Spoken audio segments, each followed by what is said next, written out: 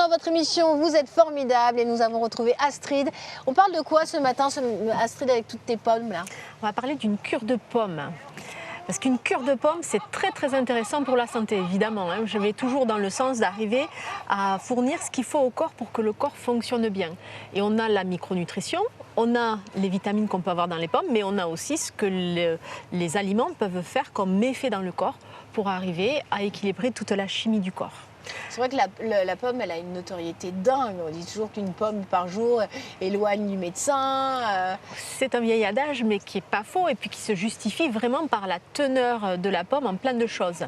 Alors pourquoi c'est intéressant? Parce que d'abord, c'est un fruit qui a beaucoup de pectine, comme on le sait, ce qui permet de lier finalement. Et cette pectine, elle va jouer des rôles très intéressants, notamment pour enfermer le cholestérol avec la pectine, le lier et empêcher son assimilation. Donc du coup, quand on a eu des repas un peu gras, ou bien avant qu'on fasse des repas gras, c'est intéressant de manger une pomme. Très bien. Alors la pomme en cure, manger que de la pomme, c'est bon aussi? Alors c'est bon aussi, mais sur des temps très courts. Alors pourquoi c'est bon? Parce qu'on va avoir un nettoyage du foie, parce que ça va aider avec les fibres, la pectine c'est aussi des fibres, donc ça va aider à faire avancer le bol alimentaire, ça lutte contre la constipation par exemple.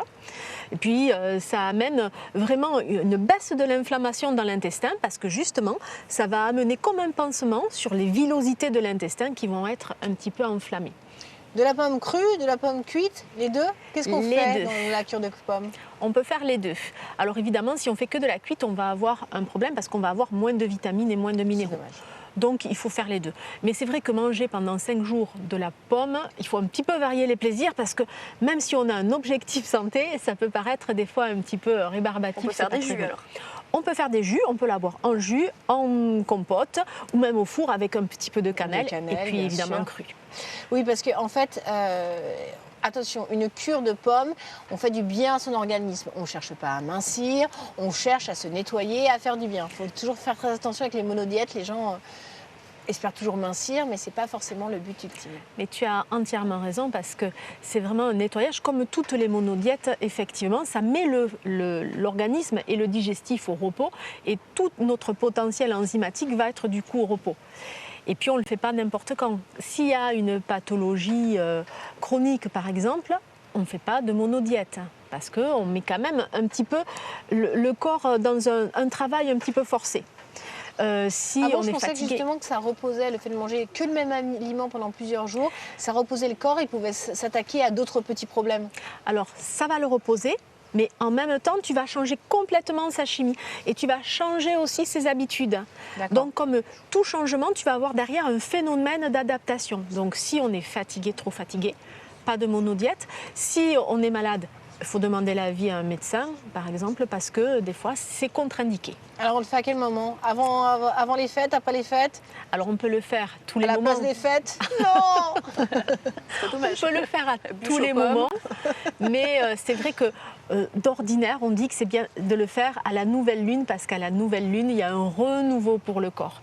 Bon, maintenant, avant les fêtes, là, il n'y a pas de nouvelle lune, donc on peut le faire maintenant. Attention, il faut 15 jours pour faire une monodiète de pommes. Pourtant, on ne mange pas des pommes que pendant 15 jours. Mais il y a toute une descente alimentaire qu'il faut absolument respecter. Parce que si on ne respecte pas ça, on va avoir quelque chose de trop punchy dans la détox. Et là, on peut faire des crises curatives. Et là, c'est pas super. Donc, le truc, je vais vous le donner, c'est, je regarde mes petites notes parce que c'est le premier jour que des céréales. Alors, on peut varier, du riz, toutes sortes de céréales. Du quinoa, du blé. Exactement, vraiment varié. Deuxième jour, que des légumes, tous les légumes qu'on veut. Très bien. Troisième jour, que des fruits, tous les fruits qu'on veut, parce qu'on a comme ça, on a quand même une diversité alimentaire. Et du 4e jour au 9e jour, que des pommes. On peut faire que 2 jours de pommes si on veut commencer doucement et gentiment. Et puis ensuite, on va refaire, après le laps de temps qu'on veut, que des fruits, que des légumes, que des céréales. Et puis après, on remélange fruits et légumes, fruits et céréales. Et après, on peut reprendre une alimentation normale. Et ce qu'il ne faut pas oublier, ça vraiment, il ne faut pas oublier ça, c'est beaucoup boire. Très bien, merci beaucoup Astrid.